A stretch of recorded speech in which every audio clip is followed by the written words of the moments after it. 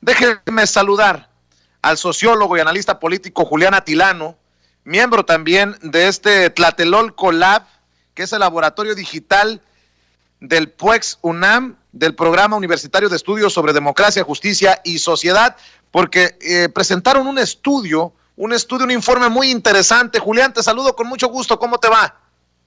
Vicente, ¿qué tal? Muchas gracias por la invitación. Es un tremendo honor estar aquí con tu audiencia. El honor es de nosotros porque nos tomaron en cuenta precisamente en este estudio de coyuntura sobre la jornada electoral del 6 de junio de 2021. Gracias por tomar en cuenta la cobertura que hicimos en Sin Censura. Cuéntanos, ¿de qué se trata este estudio? Porque la lucha de narrativas es muy interesante, de quién ganó y quién perdió, y sé que también están enfocados en eso, en lo que presentaron, en lo que publicaron.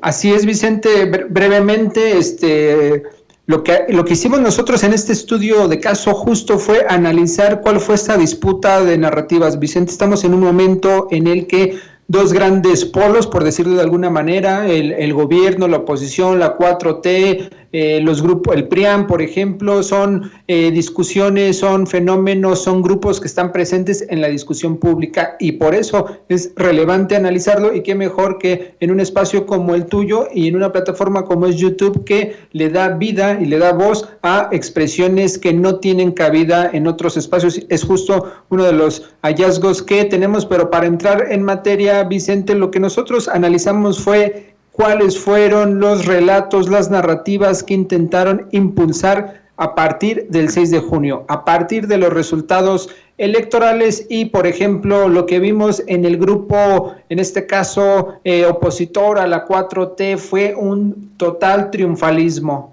Antes de que incluso saliera el INE a dar las estimaciones de los votos, todos los presidentes de los partidos del PRI, del PAN, del PRD ya estaban diciendo que ganaron todo, incluso afirmaban que Morena iba a perder la mayoría absoluta en la Cámara de Diputados. Esa fue una de las principales narrativas que impulsaron. Otra narrativa que todavía está presente es que ganó el INE. ¿Por qué lo dijeron, Vicente? Porque durante todo el proceso electoral el INE fue un actor importante, relevante, que incidió de alguna u otra forma. Tú lo documentaste muy bien en el proceso electoral. Esas fueron las dos grandes narrativas que estuvieron presentes. Por otro lado, en el lado de la 4T, por decirlo de esa manera, las narrativas que estuvieron ahí presentes también fue de triunfo, pero un triunfo más sostenido por los resultados. Estamos viendo que 11, 12 podría ser, con San Luis Potosí, gubernaturas de 15 se ganaron.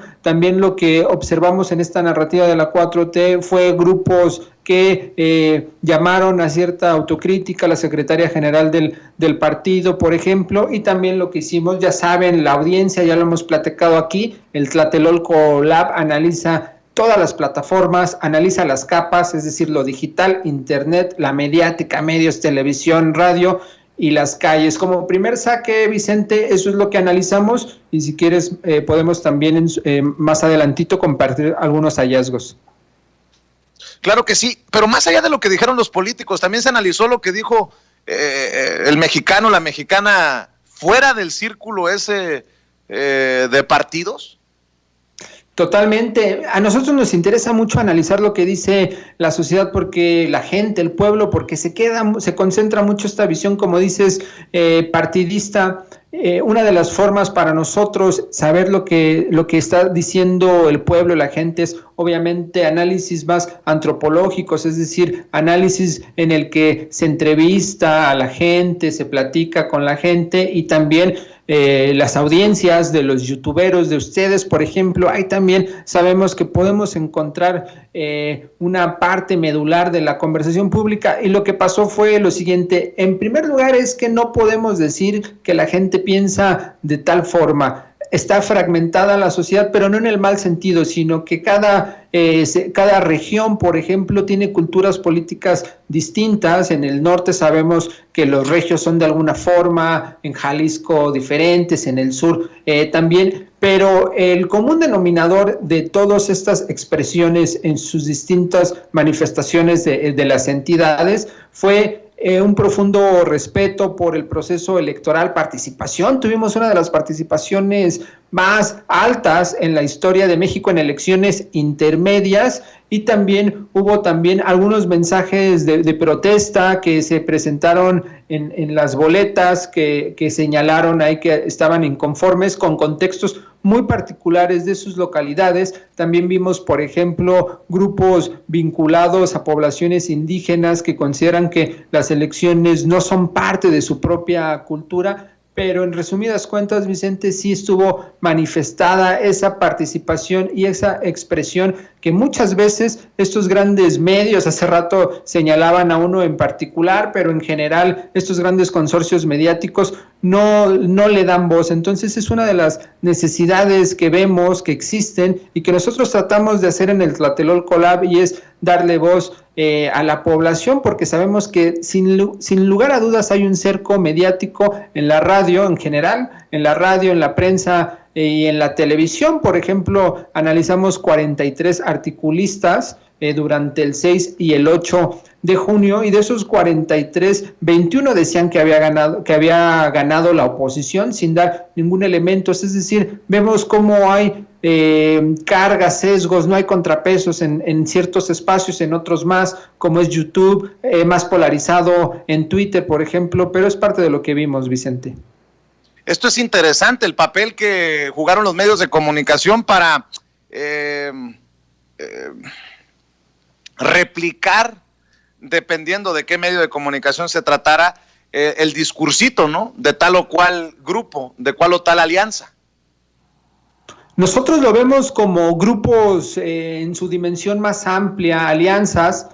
Aparentemente uno podría decir los políticos están por acá, los medios están por acá, los empresarios, gente de la academia, pero si lo pensamos de una forma más amplia y vemos que hay dos grandes narrativas, dos grandes bloques de opinión, bloques políticos, otra vez 4T versus oposición, ahí se engloban, ahí se enmarcan, ahí se anclan todos estos otros subgrupos, y en ese sentido vemos cómo hay nados sincronizados, por decirlo de alguna forma, que vinculan incluso gente de la academia, que vinculan empresarios, que vinculan, por ejemplo, medios de comunicación. La narrativa del voto útil articuló a todos estos grupos, Vicente. O sea, el voto útil no solo fue una propuesta del PRIAN, del PRI, PAN, PRD, también había ahí medios de comunicación, opinólogos, columnistas, gente de la academia. Entonces vemos cómo cerraron filas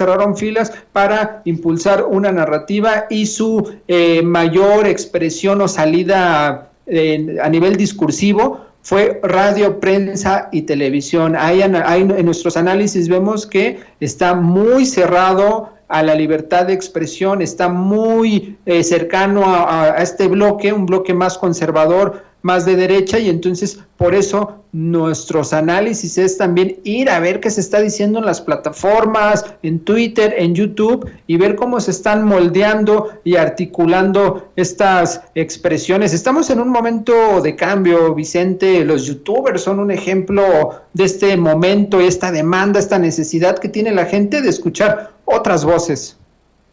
Claro que sí. ¿Por qué no le pedimos a la gente que los apoyen, que busquen este estudio que publicaron precisamente desde el Tlatelolco Lab, Julián Atilano? ¿En dónde encuentran información?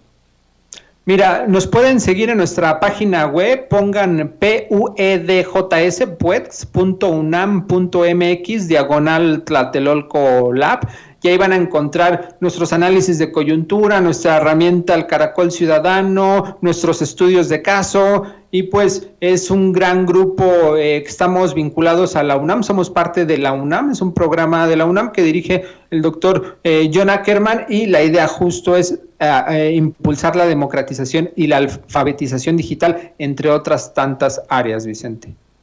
¿Y dónde te encuentran a ti? ¿En Twitter, Julián? ¿Cómo te encuentran?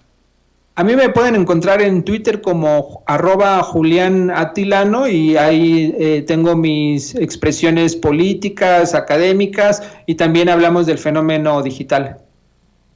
Pues te mando un abrazo, Julián, y muchas gracias por pasar aquí a Sin Censura para exponer el informe, y estamos al pendiente de lo que hacen. Te mando un abrazo.